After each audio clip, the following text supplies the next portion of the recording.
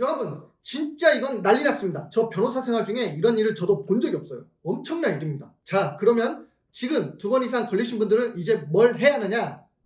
안녕하세요. 음주운전 형사전문 변호사 조충만 변호사입니다. 2021년 11월 25일 헌법재판소가 도로특법 제148조 2 제1항 음주운전 이진아웃 처벌 규정에 대해 위헌결정 내렸는데요. 헌법재판관들은 음주 투아웃 처벌이 책임과 형벌과 비례원칙을 위반했다며 7대2로 위헌이라고 봤습니다. 오늘 진짜 이와 관련해서 제가 모든 걸 다 풀어놓겠습니다. 2번 이상 적발된 분들 지금 잘 들으셔야 합니다. 이 영상 놓치면 진짜 떠먹여주는 밥을 놓치는 거예요. 끝까지 뒤로 가기 누르지 마시고 들어주세요. 아이 거기 잠깐 누르지 말라고!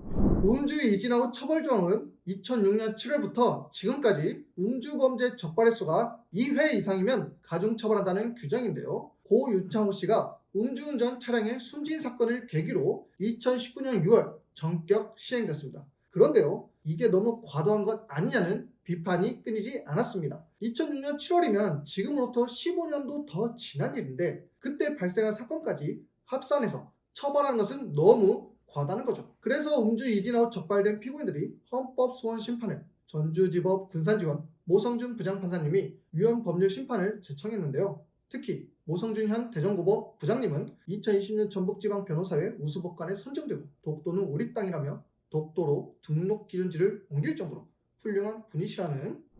아무튼 다시 본론으로 돌아와서 헌재는 음주 이진아웃 처벌 조항은 책임에 비해 형벌이 너무 과하다고 봤는데요. 그 이유로 3가지를 들었습니다. 첫째, 적발 간격에 대한 시간적 제한이 없다. 이진아웃 처벌은 음주운전 상습성 방지를 위해 제정한 건데 과연 15년 전에 1차 적발된 사람도 상습성 있다고 볼 수 있을까요? 당연히 없죠. 그런데도 똑같이 투아웃 가중처벌하는 것은 잘못됐다는 겁니다. 공소시효도 시간 많이 지나면 놓아주는데 국민은 10년, 15년도 더 지난 일을 문제 삼고 그 적용기간이 너무 길다는 거죠. 둘째, 이전 처벌 전력을 전혀 따지지 않았다. 자, 이게 무슨 말이냐면 1차 적발 때 기소유예 받은 사람이나 실형산 사람이나 똑같이 투아웃 처벌한다는 겁니다. 아니 누가 봐도 실형받은 사람이 훨씬 더 나쁜데 기소유예 받은 사람도 싸잡아 투아웃 처벌하는 것은 너무 과다는 거죠. 셋째, 농도 0.03%만 넘으면 묻지도 따지지도 않고 투아웃 처벌한다. 음주운전은요 정말 억울하게 걸리는 사례가 너무 많아요. 술 먹고 집에서 자는데 새벽에 애가 아파. 그럼 응급실 가죠? 그러다가 걸린 사람도 있고요. 전날 술 먹고 집에서 자는데 아침에 옆집 이사한다고 차 빼주세요 라고 해서 아침에 차 빼주다 걸린 것도 봤어요. 이런 사람들은 헌재가 봤을 때 조금 불쌍하지 않냐는 것이죠. 자, 그래서 결론은 가중처벌 필요성이 부족하다는 겁니다. 10년 이상 전에 적발된 사안까지 문제 삼는 것은 아니라는 거죠. 상습성이 없으니까요. 공소시효나 형의 실효를 인정하는 법규 취지도 안 맞아요. 공소시효가 뭐죠? 일정 기간 지나면 처벌하지 않는 거죠. 이게 누굴 위한 조항이죠? 수사기관, 국가기관이죠. 그런데 왜 국민들은 15년도 지난 사건을 이유로 중한 처벌을 받느냐는 겁니다. 아니 그럼 형벌을 좀 융통성 있게 조정하든가 묻지도 따지지도 않고 투아웃 이상이면 2년 이상 징역 또는 1,000만 원 이상 벌금으로 때리니까 아프잖아요. 요즘 경기도 안 좋은데 벌금 낼 돈 1,000만 원 없다면서 징역형 선고해달라고 부탁하는 사람 보면 마음이 좀 그렇더라고요. 자, 물론 음주운전은 절대 해서는 안 되는 범죄입니다. 처벌 강화해야 한다는 것도 저는 동의해요. 그런데 처벌을 강하게 하되 조금 더 세부적으로 기준을 나눌 필요가 있다는 겁니다. 이상은 추구하되 너무 현실을 무시하면 안 된다는 거죠. 자, 그럼 헌법재판소의 위헌 결정으로 어떻게 되느냐? 이게 문제인데요. 지금 문의가 빗발쳐요. 실형 선고 받았는데 감형될까요? 집행유예 받았는데 벌금으로 가능할까요? 벌금 받았는데 좀 깎아주나요? 운전면허 취소됐는데 구제 받을 수 있나요? 등등 재심 문의가 엄청 많이 오고 있어요.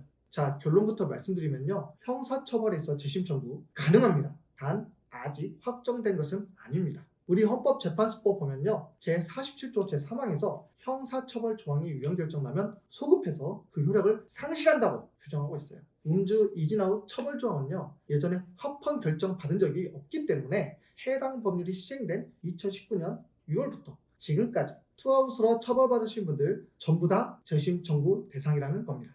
음주 이진아웃으로 징역 1년 선고받고 살고 계신 분들 전부 다 재심 청구하셔야 돼요. 특히 혈중 알코올 농도 0.2% 미만인 분들은 재심 청구 실익이 있습니다. 0.2% 미만인 분들은 투업보다 더 낮은 처벌 규정이 적용되기 때문이죠. 그런데요, 농도 0.2% 이상인 분들은 재심 청구 실익 없습니다. 처벌 형량이 똑같으니까요. 근데 이미 형 다 살고 나오신 분들은, 이미 집행유예 끝났거나 벌금 납부 완료하신 분들은요, 똑같습니다. 재심에서 국가배상 청구하거나 벌금 돌려받을 수 있어요. 그런데요, 아직 재심 청구 가능 여부가 확정된 것이 아닙니다. 유형 결정에 따른 재심 청구 가부에 대한 헌법재판소 및 법원 입장이 아직 안 나왔어요. 이게 왜 그러냐면요, 헌법재판소법에 규정된 위헌법률 소급표 규정이 절대적인 것이 아니기 때문입니다. 형벌에 대해 소급표를 인정하면서도 만약 사회적, 법적 안정성을 해칠 위험이 있다고 판단하면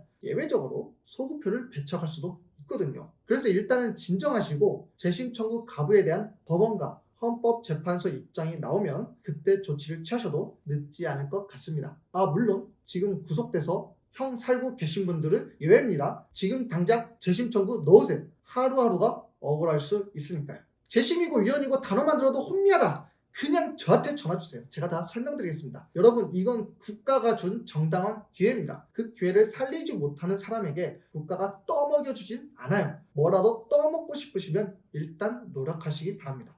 그리고 최근에 음주 측정 거부로 논란이 됐던 래퍼 노예씨, 장윤주씨가 이번 결정과 직접적인 관계가 있어서 우측 상단을 클릭하시면 해당 영상을 보실 수 있게끔 해놨습니다. 궁금하신 분들은 꼭 클릭해서 확인해주세요. 지금까지 법률사무소 광현우 음주운전 형사전문 최충만 변호사였습니다. 감사합니다. 법률사무소 광현은 비대면 업무와 대면 업무로 나눠서 진행을 하고 있습니다. 상대적으로 서류 진행만으로 가능한 개인회생 파산 등 사건은 신속하고 저렴하면서도 전염병 염려 없는 비대면 업무로 진행을 하고, 형사사건 등 만나서 진행해야 할 필요가 있을 때에는 대면 업무로 진행을 하고 있습니다. 저렴하고 신속한 비대면 업무를 꼭 활용하시기 바랍니다. 아울러 좋아요와 구독은 저에게 많은 힘이 됩니다. 좋아요와 구독 꼭 부탁드립니다. 여기까지 최충만 변호사였습니다. 감사합니다.